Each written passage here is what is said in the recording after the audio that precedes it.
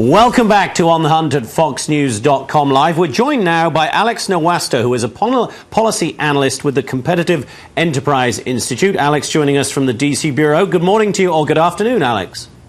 Yeah, good morning. How are you? I'm very good, thank you. I'm glad we've shifted the Eastern time zone back to the morning. Now, you have a very interesting piece at Fox News Opinion about the UK's immigration policy and lessons you think that the United States should learn from that. What's the basic principle that you have in this piece?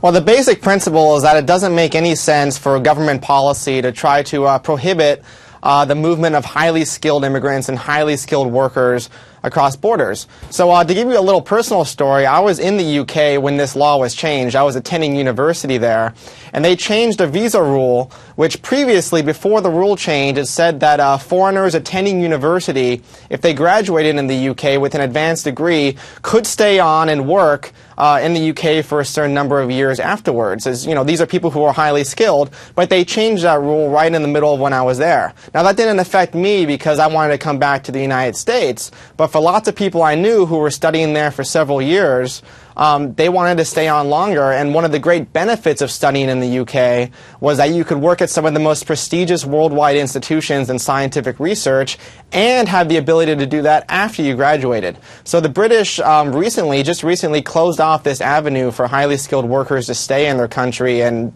do research. So your argument is that immigration, we should encourage immigration, but only for a certain type of qualified worker. Would that be right? Well, I think that immigration and most scientific and economic research on this shows that most immigration is good most of the time, but it is especially good and especially beneficial when you have highly skilled individuals working in science and technology.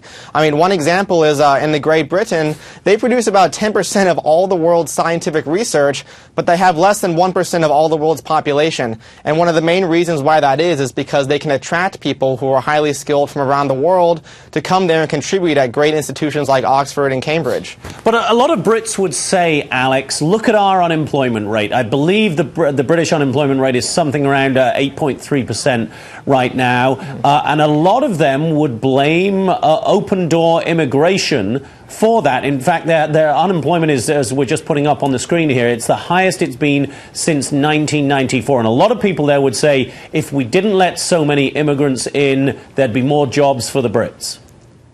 Yeah, I mean, one of the interesting things is most highly skilled immigrants do not compete with normal British people for jobs. I mean, for instance, the highly skilled immigrant is much more likely to be highly educated, to have an advanced degree, and to be working in jobs that your average British person just wouldn't be competing for. So they're really in different segments of the job market. And furthermore, a lot of these highly skilled immigrants are responsible for numerous innovations, especially like in technology, bioscience, and engineering, which filter down and create lots more jobs for British engineers, for British workers, for British employees in all sections of the labor market. And if you take a look at unemployment rates in Great Britain versus rates of immigration, you see that there is more immigration when the unemployment rate is lower. And the reason why that is because immigrants are also attracted to a better economy in general. So if you have a really, really high rate of unemployment, you're still going to get some immigration to the UK, but it's going to be of a more specialized kind. It's not going to be general across the board because immigrants, you know, like the rest of us, of course, are attracted to a better job opportunity, and the UK isn't as attractive as it used to be. But that's no reason to decrease immigration quotas for highly skilled workers who are adding into our economy in terms of research that's going to pay off farther down the line. So, I mean, when a worker does research today on a new product, a new medical device, something like that, the benefits could be a few years down the line, and we don't really want to choke off this type of research before it begins. So, Alex, bottom line is, for us here in the United States, you believe we should have a more liberal immigration policy, but that policy should be based on the qualifications of each individual immigrant.